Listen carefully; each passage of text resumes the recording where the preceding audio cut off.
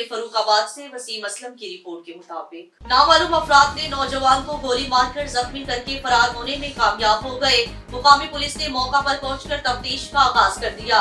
उमैर नामी नौजवान अपने डेरा पर वाक़या सच्चा सौदा से अपना घर फरुखाबाद आ रहा था कि 3 कस नामालूम मोटरसाइकिल पर सवार अफराद ने उमैर खादिम को रेलवे क्रॉसिंग और अपर गोगेरा नहर पर रोक लिया और रुकते ही नामालूम वजूहात की बिना पर फायरिंग कर नौजवान को जख्मी कर दिया और मौका से फरार हो गए। मुकामी पुलिस को इत्तला मिलते ही SHO सिटी वाजिद अब्बास अपनी टीम के हमरा मौका पर पहुंचकर जख्मियों को अस्पताल मुंतकिल किया और तहकीकात का आगाज कर दिया।